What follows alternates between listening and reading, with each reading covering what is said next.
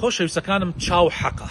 پێغەمبەری خوا صلی الله علیه و سلم فەرمێ ئین العین حەق، بەڕاستی چاو حەقە. جاری وا هەیە پێغەمبەر فەرمێ صلی الله علیه و سلم وشتر بە ساغ و سەلیمی ڕێەکە کابرا چاوی لێ ئەدا دوای تۆزێک سەرێ بڕن و ئەیخەنە ناو مەنجەڵ. بەڕاستی چاو حەقە. کابرا سیارەیەکی تازە ئەکڕێ خۆی ناپارێزێ لە چاوی چاوپیسان، هەر ئەو ڕۆژە تووشی حادیسەیەک ئەبێ، هەر ئەو ڕۆژە تووشی کارەساتێک ئەبێ. جاری وا هەیە مناڵەکەت خۆی جوانە، تۆیش جلوبەرگێکی جوانی لەبەر ئەەکەیت و ئەڕۆی پیشانی خەڵکانێکی دەی کە لەوانەیە هەندێکیان مناڵیان نەببێ، هەندێکیان لەوانەیە مناڵی جوانیان نەبوێ بەو شێوە. بۆیە بەڕاستی خۆت ئەبیتە سەبەب ئەوەی کەوا مناڵەکەت ببێ بە چاوەوە، ببێ بە نەفەسی خەڵکانێکی ترەوە. جا لەبەرەوە ئاگاتان لە خۆتان بێ، ئاگاتان لە مناڵەکانتان بێ، ئاگاتان لە ماڵ و سەروەت و سامانتان بێ. خۆتان زۆر مەخەنە بەرچاو، چونکە بەڕاستی ئەمڕۆ حەسوود زۆر بووە، وەکو هیچ زمانێکی تر نییە. ئەمڕۆ زەمەنی حەسوودیە بەڕاستی.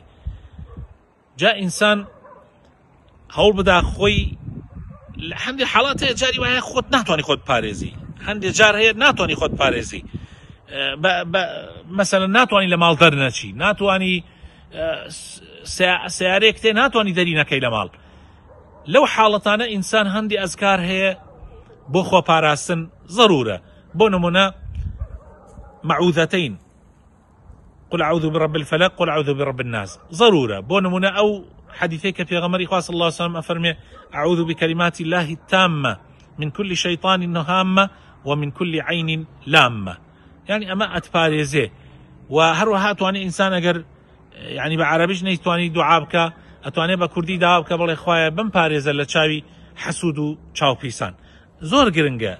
أما بكم مزانا براسي جرنجا جاري وهي كابرا لإيمانيا، يعني أوند إيماني هي أوند إيماني بقوته وأزاني إيمان بقوتكي وتصورك ك الله من خوات شي كردي بها أوي راسا، يعني الدنيا خوات شي كردي بها أو أبي بلام خوات علاج أسبابي داناوة يكي لو اشتعليك هي لم دنيا تشاو بيسي وحسودية كاريجري هي وهو كاري شيء بخو باراستن أبي إنسان هەڵدا خۆی بپارێزێ.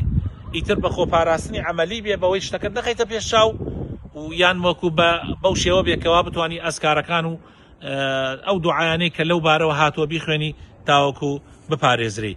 بۆیە خۆتان بپارێزن لە حەسوودی و لە چاوپیسی بە هەر شێوازێک لەو شێوازانەی کە باسمان کرد، بە شێوازی هەندێک شتێ توانی نەیخەیتە بەرچاو، یان بەو شێوە جوانە نەیخەیتە بەرچاو، یان وەکو ئەگەر ناچار بووی لە حاڵەتێکە ئەو ذکرانە بخوێنە ئینشاء الله خوای تەعالی ئەتپارێزێ.